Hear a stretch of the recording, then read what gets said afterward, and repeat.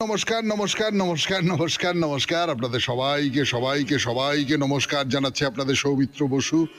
সবাইকে অজস্র শুভ কামনা জানাচ্ছে, সবাইকে স্বাগত জানাচ্ছে আজকের এই শরণাগত অনুষ্ঠানে এবং সবাইকে শুভ সকাল জানাচ্ছে।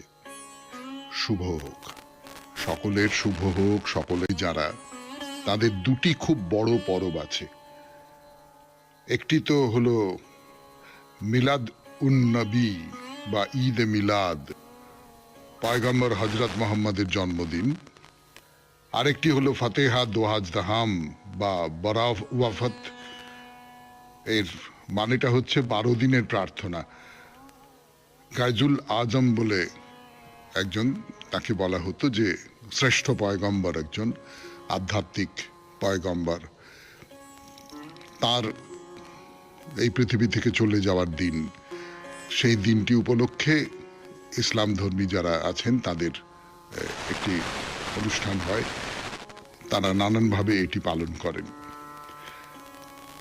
তার বাইরে যেটা আছে সেটা হলো শিক্ষক দিবস। আজকে ভারতবর্ষের ভূতপূর্ব রাষ্ট্রপতি এবং শিক্ষক ডক্টর সর্বপল্লী রাধাকৃষ্ণন, তার জন্মদিন। 1888 খ্রিস্টাব্দে তার জন্ম হয়েছিল। এবং মাদার টেরিজা আজকের দিনে প্রয়াত হয়েছিলেন 5ই সেপ্টেম্বর 1997 খ্রিস্টাব্দে।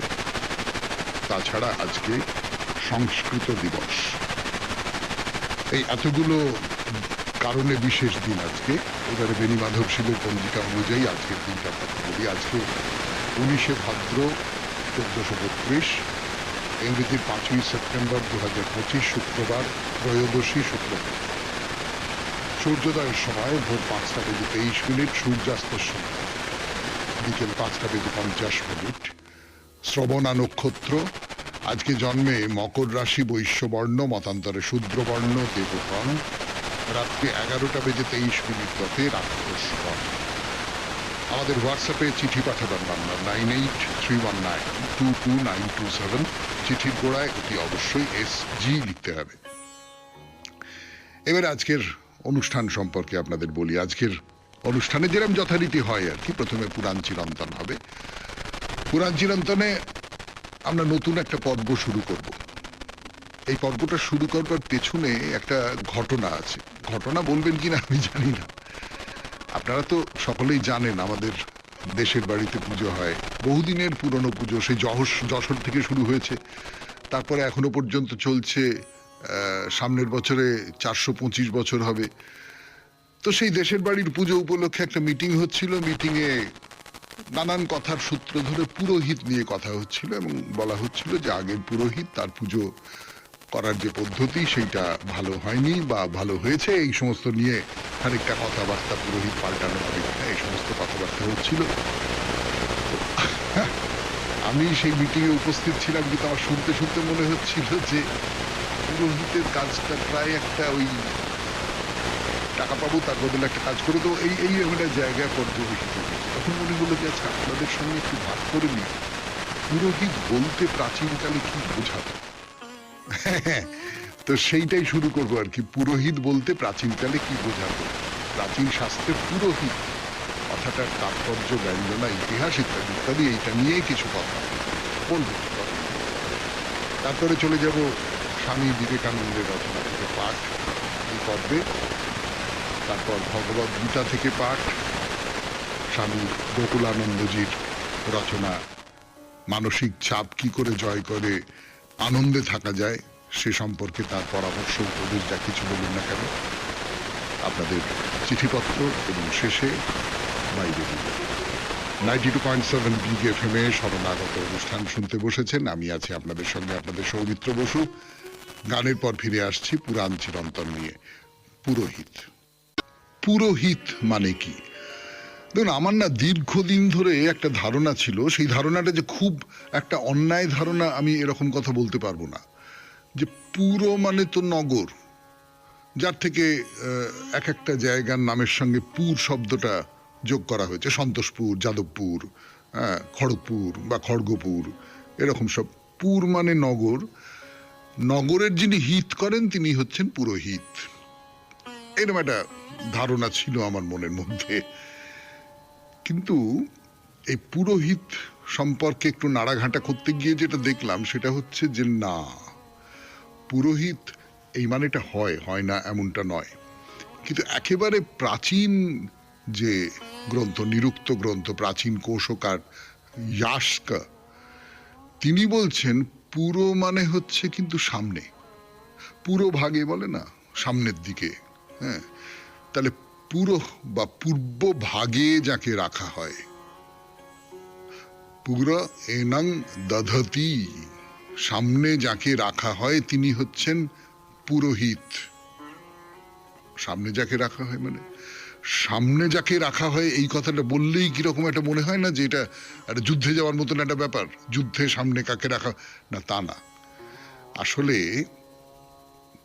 রাজা রাজরারা এই শান্তিকর্ম বা রাজা প্রজার ভালো হয় যাতে এই সমস্ত কর্ম বা শত্রুর বিনাশের জন্য যা কিছু করা দরকার, মানে পুজো আচ্ছা, মন্ত্রতন্ত্র ইত্যাদি ইত্যাদি, যাগযজ্ঞ হেনতেন ইত্যাদি, এই কাজে যাকে সামনে রাখেন তিনি হচ্ছেন পুরোহিত। 92.7 বিগ এফএম এ শরণাগত অনুষ্ঠানে পুরোহিত এই শব্দটার মানে নিয়ে দুটো চারটে সামান্য কথা শোনালাম আপনাদের। এখন একটু গান শুনবো, গানের পর আবার পুরোহিতকে নিয়ে কথা। আমি আছি আপনাদের সঙ্গে, আপনাদের সৌমিত্র বসু।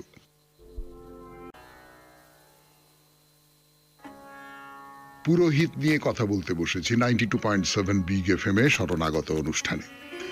এবং কথা বলতে বলতে খুব পুরনো একটা স্মৃতি মনে পড়ে গেল। আমরা যখন বিশ্ববিদ্যালয়ে বাংলা নিয়ে পড়ছি তখন এই শ্লোকটা আমাদের পড়তে হতো, এবং ঋগ্বেদের আরম্ভেই প্রথম মন্ত্রে অগ্নিকে যজ্ঞের পুরোহিত বলা হচ্ছে।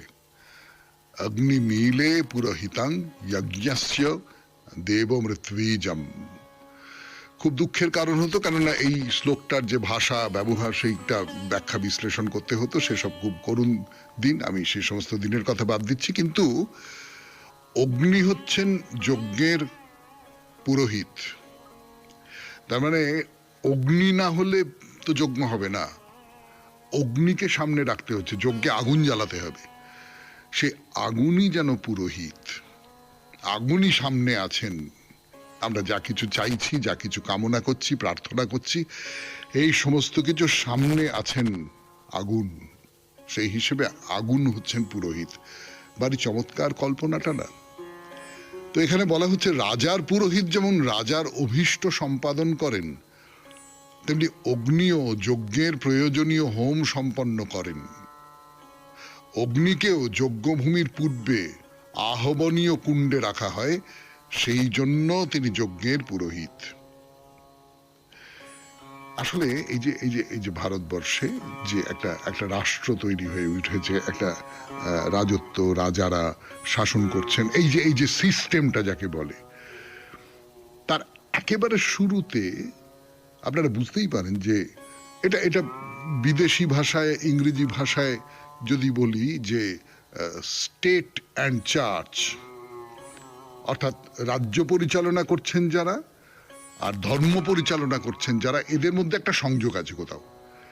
এদের মধ্যে সংযোগটা, অর্থাৎ রাজা পুরোহিতকে বলছেন বা যারা ধর্মাচার্য তাদের বলছেন, তাদের সঙ্গে তার একটা যোগাযোগ আছে, এবং দুয়ে মিলে প্রজাশাসনের কাজটা হচ্ছে। আপনি সেই অর্থে বলতে পারেন প্রজা শোষণের কাজটাও হচ্ছে।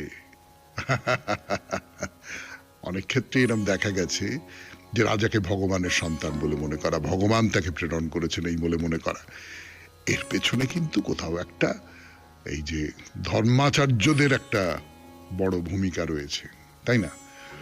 তো যাই হোক, যেটা বলছিলাম, এই যে পারস্পরিক সহায়তা এবং পারস্পরিক নির্ভরতা, এইটা তো রাষ্ট্রকে চালাবার জন্যই দরকার। ধরুন এই যে মহাভারতে যজাতি, রাজা যজাতি, চন্দ্রবংশীয় রাজা, ক্ষত্রিয়, তার সঙ্গে দেবযানীর যে প্রস্তাব, ক্ষত্রিয়ের সঙ্গে ব্রাহ্মণের একটা সম্পর্ক তৈরি হওয়া, ব্রাহ্মণ যারা পুজো আচ্ছা করবেন, যজ্ঞটজ্ঞ করবেন, তাদের সঙ্গে রাজাদের একটা সম্পর্ক তৈরি হওয়া, এইটা খুব জরুরি।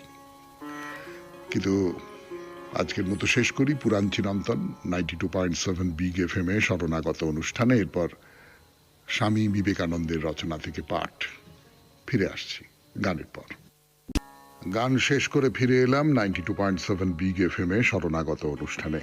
স্বামী বিবেকানন্দের রচনা থেকে পড়ে শোনাবো আপনাদের। নতুন একটি প্রবন্ধ শুরু করছি। প্রবন্ধের নাম প্রকৃতি ও মানুষ। পড়ি। বিশ্বজগতের যেটুকু অংশ ভৌতিক স্তরে অভিব্যক্ত, শুধু সেইটুকুই প্রকৃতি বিষয়ক আধুনিক ধারণার অন্তর্গত। মন বলিতে সাধারণত যাহা বোঝায় তাহা প্রকৃতিরূপে বিবেচিত হয় না। ইচ্ছাশক্তির স্বাধীনতা প্রতিপন্ন করিতে গিয়া দার্শনিকগণ মনকে প্রকৃতি হইতে বাদ দিয়া থাকিবেন, কারণ প্রকৃতির নিয়মের, কঠোর অনমনীয় নিয়মের শাসনে আবদ্ধ। প্রকৃতির অন্তর্গত বিবেচিত হইলে মনও নিয়মের অধীন হইয়া পড়িবে, ফলে স্বাধীন ইচ্ছাশক্তির মতবাদ দাঁড়াইতে পারিবে না। কেননা যাহা কোনো নিয়মের অধীন তাহা কিরূপে স্বাধীন ও স্বতন্ত্র হইতে পারে? যুক্তি ও তথ্যের উপর দণ্ডায়মান ভারতীয় দার্শনিকগণের দৃষ্টিভঙ্গি এ বিষয়ে বিপরীত। তাহাদের মতে ব্যক্ত অথবা অব্যক্ত সমগ্র বাস্তব জীবনই নিয়মের অধীন। তাহাদের মতে মন ও বাহ্য প্রকৃতি দুই নিয়মের, একই নিয়মের অধীন।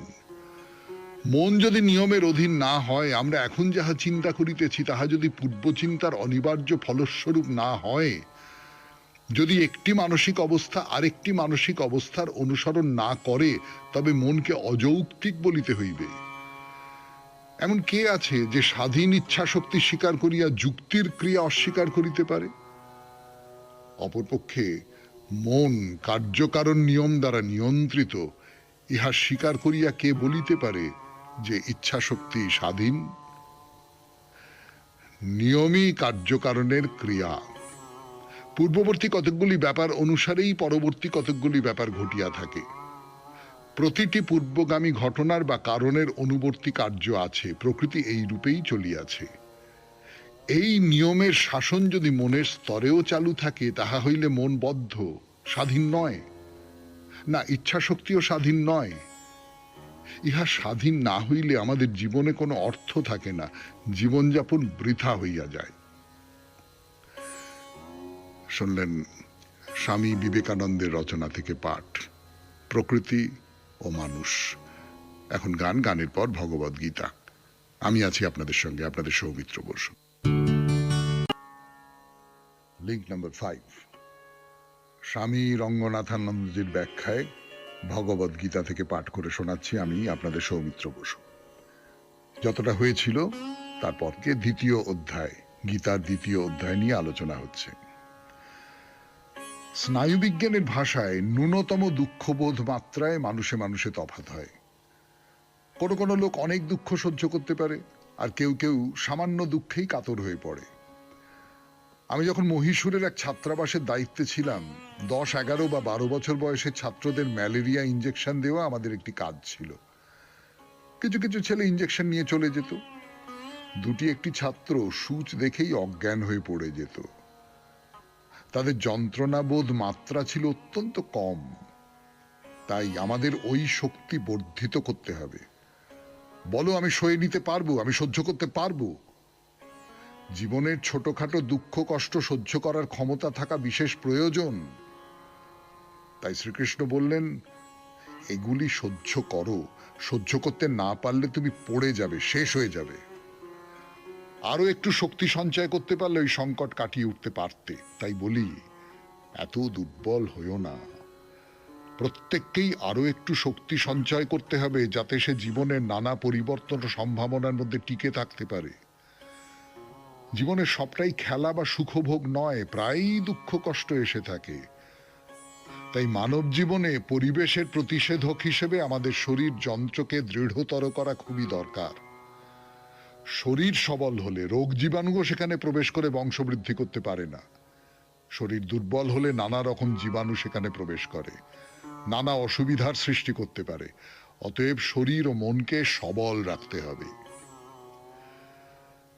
বস্তুত শ্রীকৃষ্ণ এই ভাবটিকে এই গ্রন্থে বারবার স্মরণ করিয়ে দিয়েছেন। মানসিক শক্তি বা মনোবল ও ইন্দ্রিয় সংযম যে কোনো পরিচ্ছন্ন মানবের পক্ষে খুবই গুরুত্বপূর্ণ। এইরকম আত্মসংযম না থাকলে সাধুতা ও নৈতিক উৎকর্ষতা সম্ভব নয়। দৈনন্দিন জীবনে দুঃখ কষ্ট আসতে পারে, যদি একটু সহ্য করতে পারো তবে হয়তো একটু পরে পরিস্থিতি ভালোর দিকে যাবে। সমুদ্রে সাঁতার দেওয়ার সময় ঢেউ আসে, আঘাত করে, ধাক্কা দেয়। তাই ঢেউ আসবার সময় নিচু হয়ে যাও, ঢেউ চলে গেলে উঠে পড়ো। এইভাবেই ঢেউয়ের সঙ্গে মোকাবিলা করতে হয়। ঢেউ আসে যায়, সব সময় থাকে না। তাই তোমাকে এইভাবে ঢেউয়ের সামনাসামনি হয়ে সাঁতার কাটার সামর্থ্য অর্জন করতে হবে। যেহেতু তারা অনিত্য, সবসময় থাকে না, তাই বলা হয় তান তিতিক্ষায়স্ব, তাদের সহ্য করো। সামান্য সহনশীলতায় প্রভূত পরিবর্তন আসতে পারে। শুনছেন ভগবদ গীতা থেকে পাঠ, 92.7 বিগ এফএম এ শরণাগত অনুষ্ঠানে। এখন গানের পরে আরো খানিকটা অংশ পড়ে শোনাবো আপনাদের। ফিরে এলাম গানের পর। 92.7 বিগ এফএম এ শরণাগত অনুষ্ঠান শুনছেন। ভগবদ গীতা থেকে পড়ে শোনাচ্ছি আপনাদের রঙ্গনাথানন্দজির ব্যাখ্যা। আমরা যদি দুর্বল চেতা হই, তবে সামান্য দুঃখকর পরিস্থিতি এলেই আমরা ভেঙে পড়ি। প্রথম ধাক্কাতেই এ হলো দুর্বলতার নিদর্শন। যদি সামান্য শক্তি থাকে, সে বলতে পারে আমি সহ্য করব, এই বাধা কাটিয়ে উঠব। একেই বলে নিজের উপর প্রচন্ড আস্থা, আত্মশ্রদ্ধা। শ্রীকৃষ্ণ চান আমরা সকলেই এই আত্মশ্রদ্ধার অধিকারী হই, এই বাধা কাটিয়ে উঠবই। আমেরিকাবাসীদের একটি জাতীয় সঙ্গীত হলো আমরা পার হয়ে যাব, আমার পার হয়ে যাব। সকল মানুষের মধ্যেই সেই ভাব থাকা উচিত। তাই শ্রীকৃষ্ণ বলেছেন তান তিতিক্ষাস্বা। সংস্কৃত ভাষায় তিতিক্ষা একটি মহৎ শব্দ। বিবেক চূড়ামণিতে একটি শ্লোকে শঙ্করাচার্য এর সংজ্ঞা দিয়েছেন। বেদান্ত শিক্ষার্থীদের অর্জনীয় গুণাবলীর অন্যতম কোন উদ্বেগ ও ক্রন্দন রহিত হয়ে, কোনরূপ প্রতিরোধের ইচ্ছা রহিত হয়ে সব দুঃখ সহ্য করাকেই বলে তিতিক্ষা। পরবর্তী শ্লোকে বলা হয়েছে, যে এই সব অভিজ্ঞতায় সুখ বা দুঃখে, শীত বা আতপে ব্যথিত হয় না, সমদুঃখ সুখম, সুখ দুঃখে সমমনা হবার সাহস রাখে, কেবল সেই লোকই অমরত্ব লাভের অধিকারী হতে পারে। সেই রূপ নর বা নারী উপলব্ধি করতে পারে অমর আত্মাকে। এ অতি প্রচন্ড ক্ষমতা। স্বাধীনতা আন্দোলনের সময়ও আমরা কোন কোন নেতার বাহ্য চাপ সহ্য করার ক্ষমতা লক্ষ্য করেছি। তারা ভেঙে পড়তেন না, তারা সহ্য করতেন। দুঃখের কথা যে আমরা সেই ক্ষমতা হারাচ্ছি। আমাদের ওই ক্ষমতাকে আবার ফিরে পেতে হবে। মনে আছে সংবাদপত্রে পড়েছিলাম, একবার সর্দার বল্লভভাই প্যাটেল যখন আদালতে সওয়াল করছিলেন, একজন তাকে একটি টেলিগ্রাম দিলে সেটি পড়ে পকেটে রেখে সওয়াল চালিয়ে গেলেন। তারপর বাড়ি গিয়ে তার মৃতা পত্নীকে দেখলেন, টেলিগ্রামটিতে ওই খবরটাই ছিল। ওই নিদারুণ ধাক্কাকে শান্তভাবে সামলে নিয়ে কাজ চালিয়ে যেতে আমাদের মধ্যে কজন পারে? এটা ভালোবাসার অভাব নয়, ভালোবাসা ছিল, কিন্তু আরো বেশি কিছু ছিল। তা হলো জীবনে উত্থান পতনের আঘাত সহ্য করার ক্ষমতা। শুনলেন ভগবদ গীতার ব্যাখ্যা 92.7 বিগ এফএম এ শরণাগত অনুষ্ঠানে। গান শেষ, কথা শুরু। 92.7 বিগ এফএম এ শরণাগত অনুষ্ঠান শুনছেন। আনন্দে বাঁচুন, স্বামী গোকুলানন্দজির উপদেশ আনন্দে বাঁচুন, সেই অধ্যায় থেকে পড়ে শোনাচ্ছি আপনাদের। এজন্যই মানসিক চাপ জয় করার একটি পদ্ধতি হলো ভেসে চলা। এটি আবার অবিশ্বাসীদের ক্ষেত্রে প্রয়োগ করা এক সমস্যা বিশেষ, কারণ ভেসে চলার সঙ্গে জড়িয়ে আছে বিশ্বাস এবং আত্মসমর্পণ। ঈশ্বরে অবিশ্বাসী মানুষের সংখ্যা তো পৃথিবীতে কম নয়। এদের আমরা নাস্তিক বলবো কিনা ভাবার আগে দেখা যাক স্বামী বিবেকানন্দ কাদের নাস্তিক বলেছেন।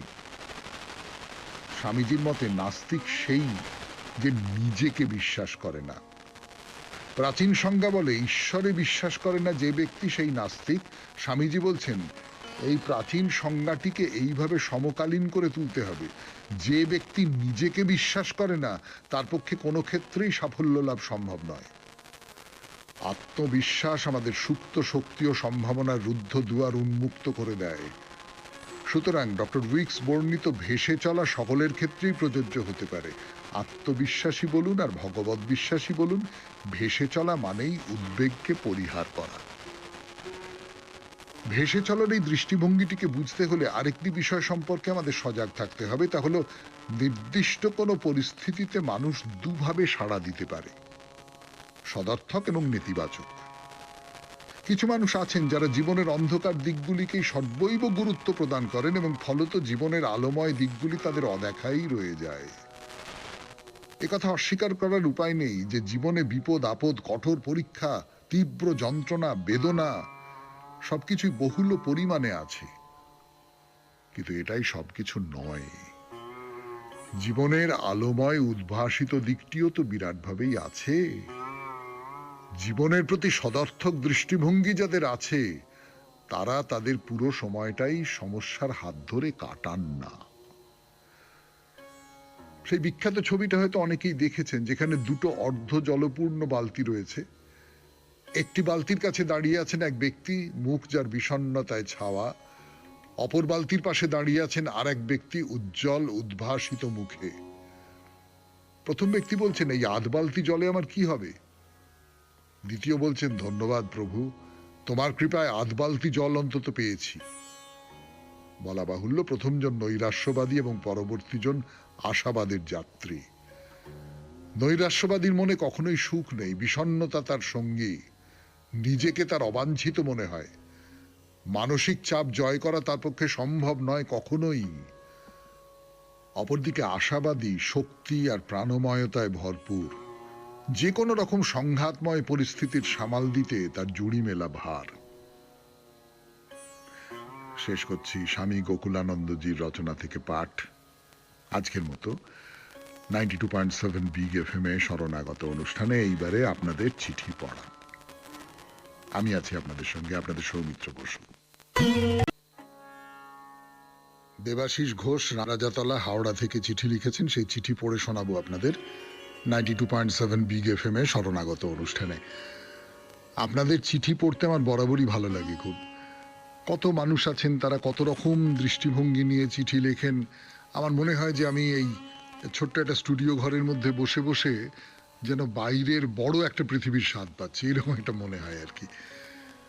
আর দেবাশিস বাবুর যে চিঠিটা, সেইটা পড়তে গিয়ে আমার একটা অন্য রকমের ভালো লাগা তৈরি হচ্ছে, সেটা বলি আপনাদের।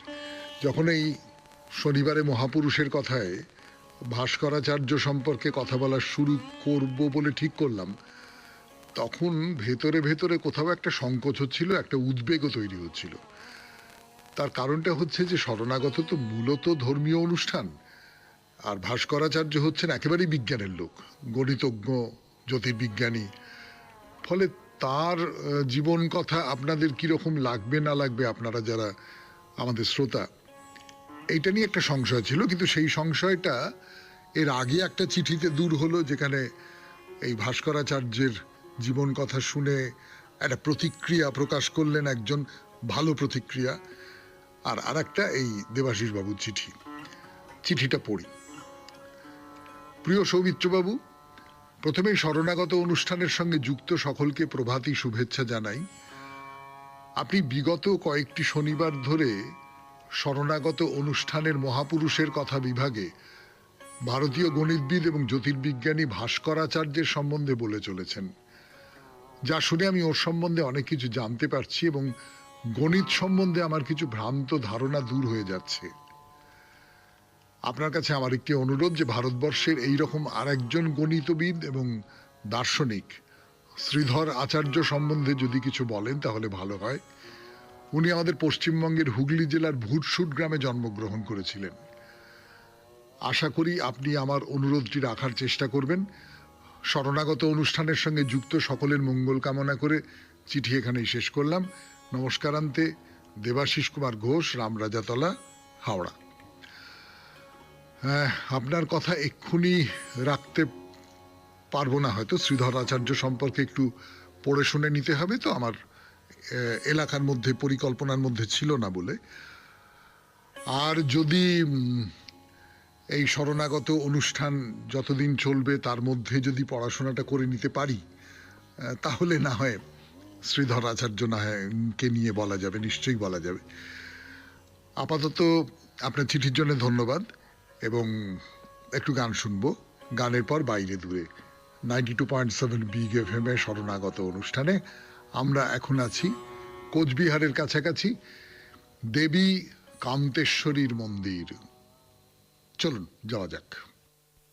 দেবী কান্তেশ্বরীর মন্দির 92.7 বিগ এফএম এ শরণাগত অনুষ্ঠান শুনছেন।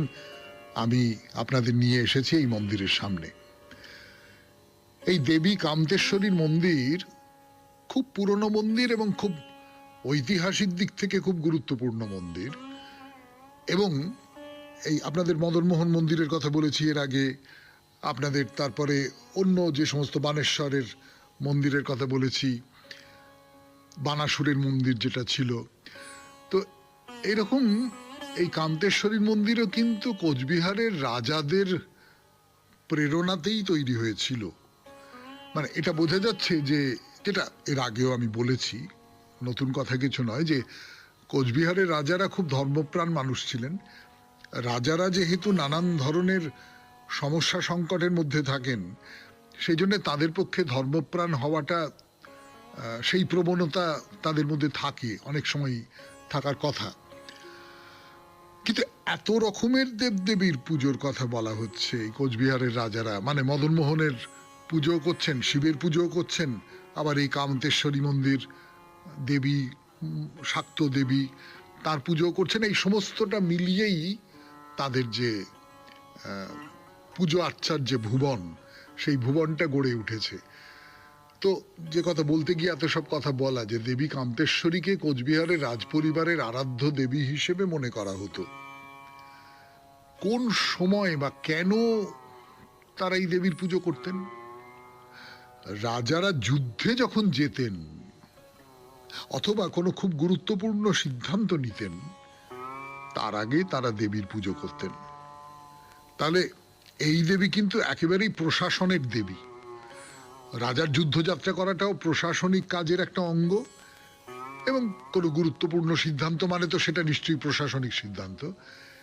এইটা নেবার আগে দেবীর পুজো করতেন, দেবীর আশীর্বাদ প্রার্থনা করবেন, দেবী কৃপা পরবশ হয়ে তাকে কি আদেশ করেন তার মনের মধ্যে, সেইটা নিয়ে তারা ভাবতেন। তো এবারে বলি যে এই যে মন্দিরটা, এই মন্দিরটা আদিকালে কি ছিল আমরা জানি না, মানে বলা খুব শক্ত। তার কারণ হচ্ছে যে এই মন্দিরটা একাধিকবার সংস্কার করা হয়েছে, একাধিকবার মেরামত করা হয়েছে। বহু পুরনো মন্দির ভেঙে পড়েছে, নানানভাবে ধ্বস্ত হয়েছে, ক্ষতিগ্রস্ত হয়েছে। তখন আবার কোনো একজন রাজা এসে হয়তো এটাকে আবার নতুন করে, তার ফলে একেবারে আদিতে এই মন্দিরের চেহারা কিরকম ছিল সেইটা বার করা খুব কঠিন। মানে আমি যেটুকু বলতে পারি এখনকার মন্দির দেখে, সেটা হচ্ছে যে এই মন্দিরটা ইট পাথর দিয়ে তৈরি, এবং এখানকার যে টেরাকোটা শিল্পকলা, এই অঞ্চলের যে টেরাকোটা শিল্পকলা, এই কোচবিহার অঞ্চলের, তার বেশ খানিকটা ছাপ এখানে দেখতে পাওয়া যায়। এবং প্রধান যে গর্ভগৃহটি রয়েছে, আপনারা বুঝতেই পাচ্ছেন, সেই গর্ভগৃহে দেবী কান্তেশ্বরীর বিগ্রহ প্রতিষ্ঠিত আছে। আমরা তো নিশ্চয়ই সেই বিগ্রহ দর্শন করব। তো এই যে মন্দির, এই মন্দিরের সবচেয়ে বড় উৎসব হচ্ছে দুর্গাপূজা। মানে দেবী কান্তেশ্বরী আসলে শাক্ত দেবী, মা দুর্গারই অন্য একটি রূপ।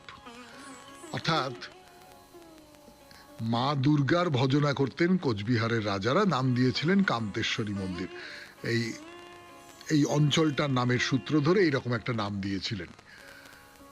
ফলে যখন দুর্গাপুজো হয়, মানে আমি যেটাকে বলছি শারদীয় দুর্গাপুজো, মানে এই কদিন বাদে যে পুজোটা শুরু হবে আর কি, সেইটা খুব ধুমধাম করে হয় এখানে। এবং এইখানে প্রচুর, মানে দূর দূরান্তর থেকে এখানে মানুষজন সব আসেন, পুজো করবার জন্য আসেন, পুজো দেবার জন্য আসেন। কোচবিহার রাজপরিবারের অনেক সমস্ত প্রাচীন নিয়ম কানুন, আচার অনুষ্ঠান, এইসব এখনো এই মন্দির কেন্দ্রিক। তো আপনাদের আগেই বলেছি যে এই যে গোসানিমারি, এই গোসানিমারিতেই তো এই মন্দিরটি। এই গোসানিমারি সম্পর্কেও কিন্তু আলাদা করে দুটো চারটে কথা বলে নেওয়া দরকার। সেই কথা শুরু করব গানের পর 92.7 বিগ FM এ শরণাগত অনুষ্ঠানে। আপাতত আপনাদের সৌমিত্র বসু একটু আড়ালে যাচ্ছে, আবার ফিরে আসবে যথাসময়ে। গান শেষ করে ফিরে এলাম। আপনাদের সৌমিত্র বসু 92.7 বিগ FM এ শরণাগত অনুষ্ঠান শুনছেন।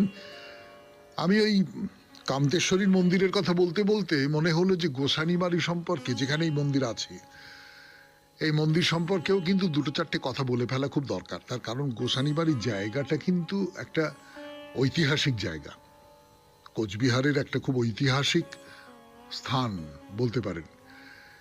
এটা কোচবিহার জেলার দিনহাটা বলে একটা জায়গা রয়েছে, আপনারা নাম শুনে থাকবেন, দিনহাটা। তো সেই দিনহাটা মহকুমার কাছাকাছি এই গোসানিবাড়ি। এর ঐতিহাসিক গুরুত্বটা কি? এখানে একটা প্রাচীন দুর্গ আছে, মানে দুর্গ আর নেই, দুর্গটা ধ্বংস হয়ে গেছে, সেই দুর্গের ধ্বংসাবশেষ পাওয়া যায় এবং একে এই গোসানিমারির দুর্গ বলা হয়। এই দুর্গটা হচ্ছে, মানে ধরুন কোচ রাজবংশ যখন আসেনি সেই সময় এই অঞ্চলটা ছিল কামতা রাজ্য। আপনারা কামতাপুরী কথাটা শুনেছেন, কামতাপুরীর একটা আন্দোলন এরকম আছে। তো এটা হচ্ছে সেই কামতা রাজ্য, এবং এই কামতা রাজ্যের সময়কার একটা দুর্গ আছে এখানে। মানে আমি আবার বলছি, দুর্গ বলাটা ঠিক হবে না, এটা দুর্গের ভগ্নাবশেষ বলতে পারেন। সে ধরুন 16 শতাব্দীর দিকে, তখন কামতা রাজ্যের রাজধানী এই গোসানিমারি অঞ্চলে ছিল। এখন সব মাটির টিলা, ওই পাঁচিলের কিছু ভাঙা অংশ, কিছু টুকরো টাকরা থাম টাম ইত্যাদি ইত্যাদি। এবং ভারতীয় পুরাতত্ত্ব বিভাগ এই জায়গাটাকে সংরক্ষিত স্মৃতিস্তম্ভ হিসেবে ঘোষণা করেছে। আজকে এই পর্যন্তই থাক। 92.7 বিগ FM এ শরণাগত অনুষ্ঠান আজকের মতো এখানেই শেষ হলো। আমাদের হোয়াটসঅ্যাপে চিঠি পাঠাবার নাম্বার 9831922927। চিঠির গোড়ায় অতি অবশ্যই SG লিখতে হবে। কবিতা দিয়ে শেষ করছি, রবীন্দ্রনাথের কবিতা। কবিতার নাম স্তব্ধতা। আজি হেমন্তের শান্তি ব্যাপ্ত চরাচরে, জনশূন্য ক্ষেত্র মাঝে দীপ্ত দ্বীপ্রহরে, শব্দহীন গতিহীন স্তব্ধতা উদার, রয়েছে পড়িয়া শ্রান্ত দিগন্ত প্রসার, স্বর্ণ শ্যাম ডানা মেলি। ক্ষীণ নদী রেখা নাহি করে গান আজি, নাহি লেখে লেখা বালুকার তটে, দূরে দূরে পল্লী যত মুদ্রিত নয়নে রৌদ্র পোহাইতে রত, নিদ্রায় অলস ক্লান্ত। এই স্তব্ধতায় শুনিতেছি তৃণে তৃণে ধুলায় ধুলায়, মোর অঙ্গে রোমে রোমে লোকে লোকান্তরে, গ্রহে সূর্যে তারকায় নিত্যকাল ধরে, অনুপরমাণুদের নৃত্য কলরোল, তোমার আসন ঘেরি অনন্ত কল্লোল। খুব ভালো থাকবেন, আনন্দে থাকবেন। নমস্কার নমস্কার নমস্কার নমস্কার নমস্কার নমস্কার। আপনাদের সবাইকে সবাইকে সবাইকে নমস্কার জানাচ্ছে আপনাদের সৌমিত্র বসু। সবাইকে অজস্র শুভকামনা জানাচ্ছে, সবাইকে স্বাগত জানাচ্ছে আজকের এই শরণাগত অনুষ্ঠানে, এবং সবাইকে শুভ সকাল জানাচ্ছে। শুভ হোক, সকলের শুভ হোক। সকলে যারা, তাদের দুটি খুব বড় পরব আছে। একটি তো হলো মিলাদ উন নবী বা ঈদ এ মিলাদ, পয়গম্বর হজরত মোহাম্মদের জন্মদিন। আরেকটি হলো ফাতেহা দোহাজ দাহাম বা বরাফ ওয়াফত। এর মানেটা হচ্ছে 12 দিনের প্রার্থনা। গাইজুল আজম বলে একজন, তাকে বলা হতো যে শ্রেষ্ঠ পয়গম্বর, একজন আধ্যাত্মিক পয়গম্বর, তার এই পৃথিবী থেকে চলে যাওয়ার দিন, সেই দিনটি উপলক্ষে ইসলাম ধর্মী যারা আছেন তাদের একটি অনুষ্ঠান হয়, তারা নানানভাবে এটি পালন করেন। তার বাইরে যেটা আছে সেটা হলো শিক্ষক দিবস। আজকে ভারতবর্ষের ভূতপূর্ব রাষ্ট্রপতি এবং শিক্ষক ডক্টর সর্বপল্লী রাধাকৃষ্ণন, তার জন্মদিন। 1888 খ্রিস্টাব্দে তার জন্ম হয়েছিল এবং মাদার টেরিজা আজকের দিনে প্রয়াত হয়েছিলেন 5ই সেপ্টেম্বর 1997 খ্রিস্টাব্দে। তাছাড়া আজকে সংস্কৃত দিবস। এই এতগুলো কারণে বিশেষ দিন আজকে। এবারে বেণীমাধব শিবের পঞ্জিকা অনুযায়ী আজকের দিনটা কথা বলি। আজকে 19শে ভাদ্র 1432, ইংরেজি 5ই সেপ্টেম্বর 2025, শুক্রবার, ত্রয়োদশী শুক্রবার। সূর্যোদয়ের সময় ভোর 5:23, সূর্যাস্তের সময় বিকেল 5:50। শ্রবণা নক্ষত্র। আজকে জন্মে মকর রাশি, বৈশ্যবর্ণ, মতান্তরে শূদ্রবর্ণ, দেবগণ। রাত্রি 11:23 রাক্ষসগণ।